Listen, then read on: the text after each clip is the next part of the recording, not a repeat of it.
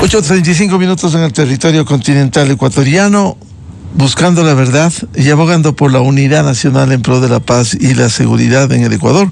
Queremos saludar al académico, experto también en temas de urbanismo, el arquitecto Fernando Carrión. Lo invitamos para hablar a propósito de lo que viene, las fiestas de Quito, hablar sobre el Quito, la capital, el presente y su futuro. ¿Cómo le ve a la capital el arquitecto Fernando Carrión? Muy buen día.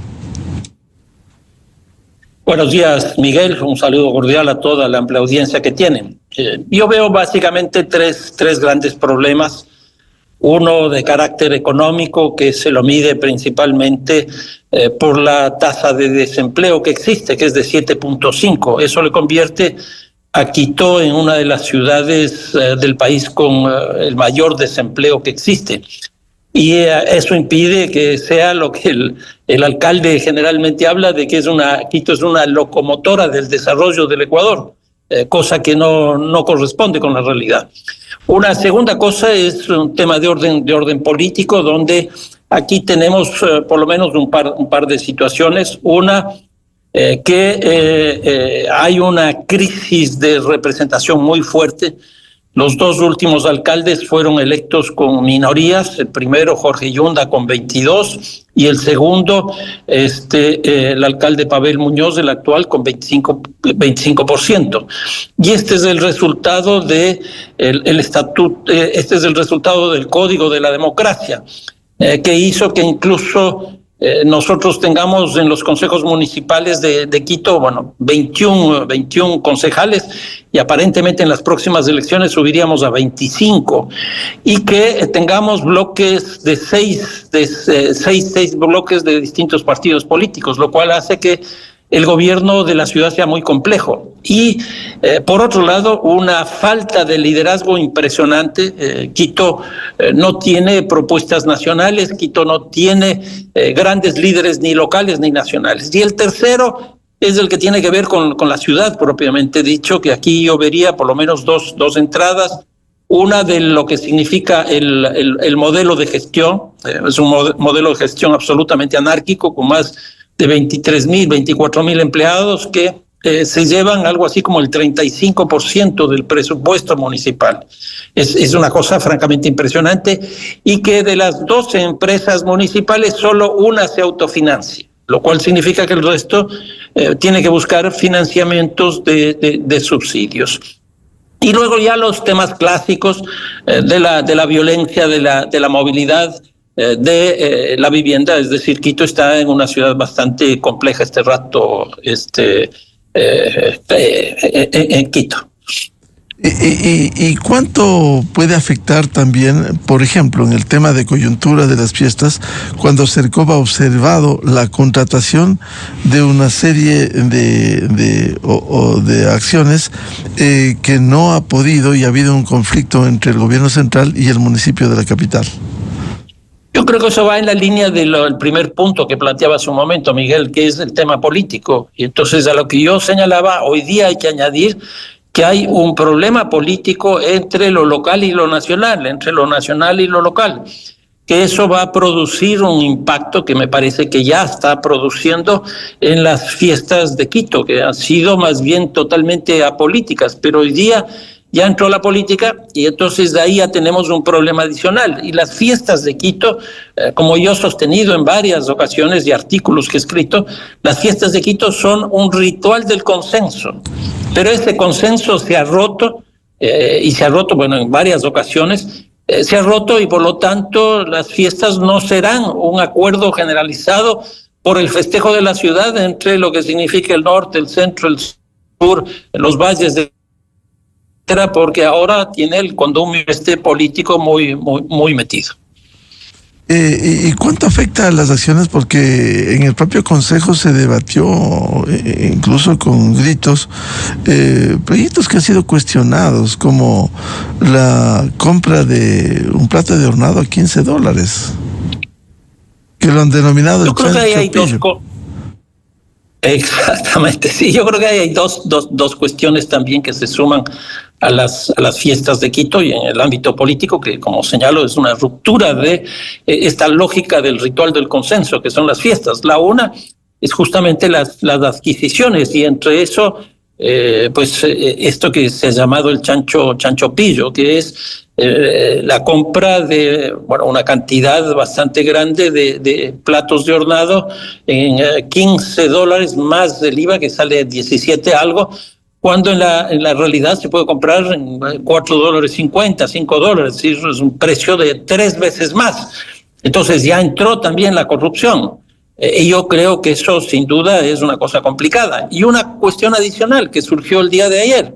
Yo creo que ya no tenemos alcaldes y no tenemos candidato, porque lo que ocurre es que ya se postuló el alcalde Pavel Muñoz a la alcaldía de Quito, cuando todavía falta más de un año para que ese proceso se lleve a cabo. Pero me da la impresión que eso es producto justamente de los conflictos internos que se está viviendo la Revolución Ciudadana y la reunión de la convención que van a hacer en enero, y que me parece que por las presiones internas ya le condujo al alcalde de Quito a presentarse como candidato a la alcaldía de Quito, con lo cual, como estoy señalando, pues ahora ya tenemos un candidato y ya no tenemos un alcalde. ¿Y eso le hace bien o mal a la ciudad cuando aquí hay grandes demandas de la ejecución de obras, en lo que debiera estar antes que pensando en una elección, por legítimo que sea la aspiración? Sí, es muy legítima, sin duda, pero ¿qué es lo que ocurre? En otras palabras, lo que va a ocurrir es que se va a entrar en una línea de ofrecimientos hacia el futuro, porque esa es una campaña electoral. Entonces, el próximo año, ¿qué es lo que voy a hacer? Por ejemplo, voy a terminar las 3.001 obras que estoy ofreciendo, pero ya no es un problema central la gestión fundamental de la ciudad, y en esa perspectiva me da la impresión que en estos días, por información que ha circulado, es que también va a ser una reestructuración de su gabinete interno, de las secretarías y de las empresas, y también de algunas de las administraciones zonales, porque no están dando los resultados esperados. En otras palabras, hay una gran inestabilidad en la administración municipal que ahora se une justamente con esta cuestión de orden político. Ahora, más allá de estos hechos de coyuntura, las fiestas de Quito, que son importantes, por cierto, ¿cuáles son los grandes problemas que encuentra en la ciudad el arquitecto Fernando Carrión? No, sin duda para mí uno de los más importantes es el político, y aquí yo creo que es clarísimo la aprobación del Código de la Democracia en el 2010, los problemas que eso ha traído, la inestabilidad del Consejo, la inestabilidad de los alcaldes, la falta de representatividad que tienen. Y yo creo que aquí tendremos que hacer, pero de urgencia, una reforma al Código de la Democracia para que haya por lo menos un par de cosas. La una es que haya una representación, por un lado, de los distritos electorales, que me parece bien eso, pero por otro lado, la totalidad de la ciudad, la totalidad del cantón. Algo parecido a lo que tiene la Asamblea Nacional. La Asamblea Nacional tiene representantes nacionales y representantes provinciales. Aquí podríamos tener representantes del cantón, de la totalidad, y representantes de los distritos. Y la otra cosa que me parece que es absolutamente necesario e imprescindible es tener una segunda vuelta para que los alcaldes sean alcaldes de mayoría. Y quizás también una tercera que es importante, es que cuando se subieron de 15 concejales a 21, se decidió que haya 21 comisiones. Eso me parece una cosa absurda, porque eso lo que hizo fue que se demoren los trámites en el Consejo, y por otro lado que entre la corrupción. Si ustedes se ponen a ver, la Asamblea Nacional con 147 asambleístas tiene solo 15 comisiones. El Consejo Municipal de Quito tiene, con 21 concejales, tiene 21 comisiones. Eso no puede ser. Uno de los grandes temas tiene que ver con la movilidad. ¿Cómo ve, arquitecto Carrión, cuando hay deudas pendientes? Mucho se habla, ya solucionamos en superficie las rutas y frecuencias.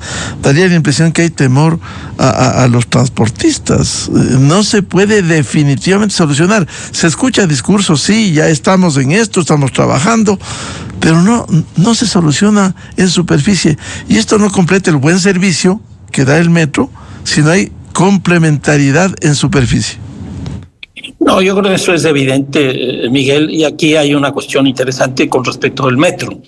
El metro fue planteado en el año 2010, cuando se lo diseñó, para que se convierta en el eje vertebral de la transportación en Quito. Y ya está funcionando más de 2 años y eso todavía no ocurre. Y la otra cuestión, que también es fundamental, se estableció que debías llevar 400,000 pasajeros diarios. Eso no está ocurriendo. Este rato estás llevando alrededor de 150, 160,000 pasajeros diarios. Es decir, ni siquiera llega al 50%, está por debajo del 40%. Y eso es complicado porque ya lleva 2 años. Justamente ahora, el 1 de diciembre, cumpliríamos 2 años. ¿Y eso por qué? Justamente por lo que usted señala, Miguel. Lo que está ocurriendo es que no se logra estructurar el conjunto del sistema de transporte con el metro, ni siquiera el municipal. Y entonces esto está conduciendo a que no tengamos como eje vertebrador el metro, que es incluso de carácter municipal. Y un problema adicional, el tema económico, porque el municipio tiene una deuda de 1.250 millones de dólares, que hace que más o menos se pague 60, 70 millones de dólares al año esa deuda, y a eso tiene que añadirse lo que significa toda la cuestión operativa, que eso son más o menos una cantidad similar. Y entonces lo que está ocurriendo es que estamos viviendo en términos presupuestarios una metrodependencia muy, muy fuerte. En otras palabras, creo que tenemos un problema fuerte de financiamiento y por otro lado tenemos un problema muy fuerte en términos de que no hay una integración del sistema de transporte con el metro.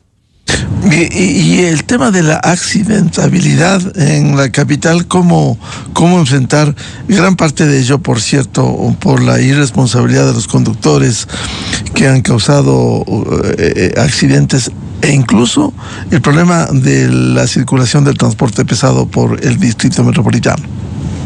Aquí tenemos tres cuestiones que deben ser trabajadas para mejorar o reducir, más bien dicho, la accidentabilidad. La una es la infraestructura, la segunda son los propios vehículos y la tercera son las personas. Por ejemplo, en el caso de las vías, yo creo que hay algunas vías que son absolutamente recurrentes, como es el caso de la Ruta Viva, como es el caso de la Simón Bolívar, donde yo creo que hay un problema de esas vías en términos del pavimento y en términos del diseño y la falta de nomenclatura. Si no se hace eso va a ser muy difícil. En segundo lugar, los vehículos, yo creo que aquí también está faltando mucho el tema de la revisión vehicular y yo creo que eso es absolutamente necesario porque lo que hemos visto son accidentes producto de los problemas de funcionamiento de los vehículos. ¿Y eso qué es? Pues no se está haciendo el seguimiento de cada uno de los vehículos. Y el tercero, la población. Yo creo que aquí el problema es del uso de teléfonos, el problema es el consumo de alcohol, etcétera, etcétera. Y yo creo que aquí hay una combinación de acciones que se deberían hacer. Uno, son sanciones, por ejemplo, la velocidad, sanciones, por ejemplo, el consumo de alcohol, pero también creo que hace falta también campañas para que justamente la población pueda concienciarse respecto al grave problema que existe. Es decir, hay que tomar decisiones en este sentido. Uno de los problemas, le escuchábamos a César Arias, el hacer el tren elevado, por ejemplo, hacia el valle de Tumbaco, porque está realmente colapsado, por ejemplo, en determinadas horas, en los túneles Guayasamín. No, yo creo que aquí hay un problema muy claro de falta de reconocimiento de una realidad. Quito ya no es una ciudad longitudinal norte-sur o sur-norte, y el metro de alguna manera ha profundizado esa línea. El crecimiento poblacional que tiene Quito de la zona alta, llamémoslo así, es muy bajo, es 0.7, 0.8% al año, es decir, es prácticamente negativo. Y lo que estamos teniendo es un crecimiento muy alto hacia Cumbayá y Tumbaco de alrededor de 6 puntos y del Valle de los Chillos de alrededor de 4 puntos. Lo que ocurre es que hoy día la ciudad ya no es sur-norte, sino es este-oeste. Y entonces eso implica redefinir mucho las conexiones y que ya no sean autopistas, vías, etcétera, las que unan, sino calles, avenidas. Y me parece que aquí hay un problema. en el caso de Cumbayá y Tumbaco hayan habido varias iniciativas, por ejemplo el transporte aéreo, que hizo una propuesta a la Universidad San Francisco, que es una cosa muy interesante y que no se la está manejando. La única conexión que existe, dos conexiones existen hacia el valle. El uno es la salida por el túnel Guayasamín y el otro es por el ciclista. Y entonces eso es absolutamente insuficiente, por eso es los grandes problemas que tenemos ahí. Y la otra cosa es que el valle mismo tiene ya muchos problemas porque hay una congestión absolutamente impresionante en términos constructivos, de servicios, de movilidad, etcétera, porque no ha sido pensado como parte de la ciudad, sino es visto como algo que no debe seguir creciendo y entonces hay que castigarlo. Yo creo que ese tipo de visión tiene que cambiar, porque hay que entender que la ciudad de Quito hoy día ya no es la ciudad que nosotros teníamos antes. Hoy día Quito es una ciudad de ciudades. ¿Cuáles cree que son los principales desafíos que tiene Quito y las obras que requiere con urgencia Fernando Carrión? Yo creo que hay un tema que es absolutamente clave, es el de la violencia, de la seguridad. Ayer circuló información, por ejemplo, respecto de las vacunas. Quito es la segunda ciudad después de Guayaquil que mayor cantidad de vacunas tiene. Para las extorsiones, ¿no? Exactamente. Y eso genera una deseconomía brutal porque hay muchos lugares que se cierran, que se van, y no solo eso, sino que empieza a haber un control del territorio por parte de las estructuras criminales, que eso daría la impresión que está ocurriendo. Una segunda cosa que me parece fundamental es el tema de movilidad, y aquí el tema metro es clave y me parece que no se está pensando bien el metro, me parece que hay muchísimos problemas. El tema de la movilidad va con de la accesibilidad que veíamos hace un momento. Y una tercera cosa que es absolutamente preocupante es que por este crecimiento hacia el oriente, hacia el este, estamos creando un conjunto de espacios vacíos, de no lugares, como habla un urbanista francés, Marc Augé. Y entonces lo que estamos teniendo es un vaciamiento de la 10 de agosto, un vaciamiento de lo que significa la Mariscal Sucre, una crisis de la González Suárez, etcétera, porque esa es la propia lógica del funcionamiento de las ciudades. Una época tuvimos en que las élites salieron del centro histórico hacia la Mariscal Sucre. Otra época fue que las élites también salieron de la Mariscal Sucre y se fueron a la González Suárez, a Bellavista, etcétera.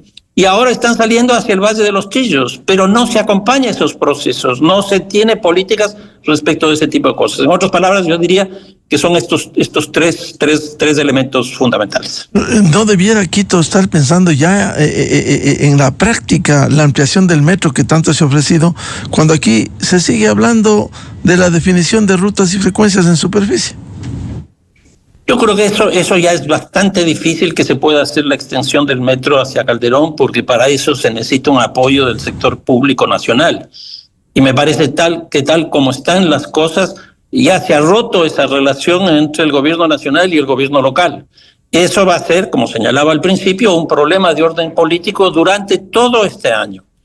Y me parece que eso le va a seguir golpeando a la ciudad, pero también les va a golpear a los actores principales, tanto al gobierno nacional como al gobierno municipal.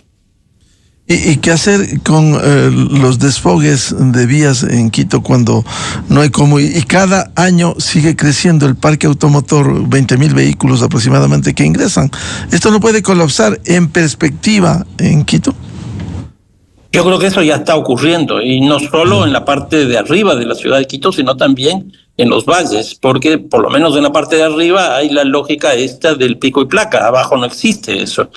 Y entonces la cantidad de vehículos que hay en la parte de abajo está haciendo que la movilidad de la gente dentro del propio valle en ciertas horas sea imposible. Y en el caso de Quito, pues está pasando exactamente lo mismo.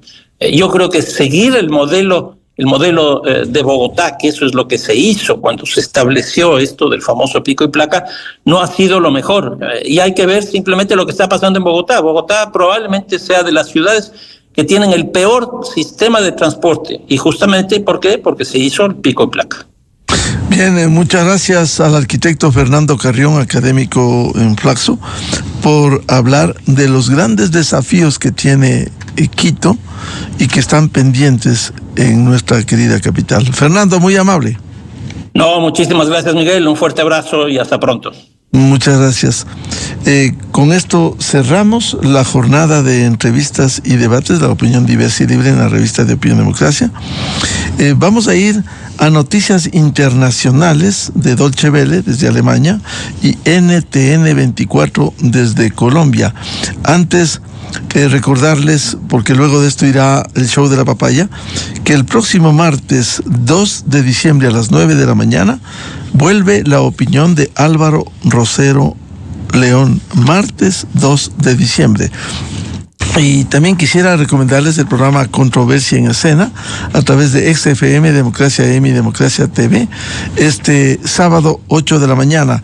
Vamos a hablar sobre el tema de cómo concienciar en el país que el principal problema es la inseguridad y el conflicto armado interno, más allá de los temas políticos. Debiera haber una conciencia nacional y no una miopía de no ver la realidad de este acuciante problema que tiene el Ecuador, la inseguridad y la violencia. Invitados, el coronel Mario Pazmiño, director de inteligencia en Fuerzas Armadas, el doctor Hugo Acero, experto de Colombia en temas de seguridad, y para comparar la realidad de Colombia y lo que debiera hacer el Ecuador para no llegar a esa situación, y la doctora María Fernanda Novoa, académica y experta en temas de seguridad. De mi parte, les deseo un feliz viernes, feliz fin de semana a todos, y Dios mediante volveremos el próximo lunes a seguir contribuyendo en la búsqueda de la verdad. Muy buen día, felicidades. Vienen las noticias de Deutsche Welle y de NTN 24. Vamos rápidamente a noticias de América Latina. Comenzamos en Colombia, donde un general y un jefe de inteligencia han sido suspendidos por la Procuraduría. Se les investiga por supuestamente filtrar información a un líder guerrillero. La cadena Caracol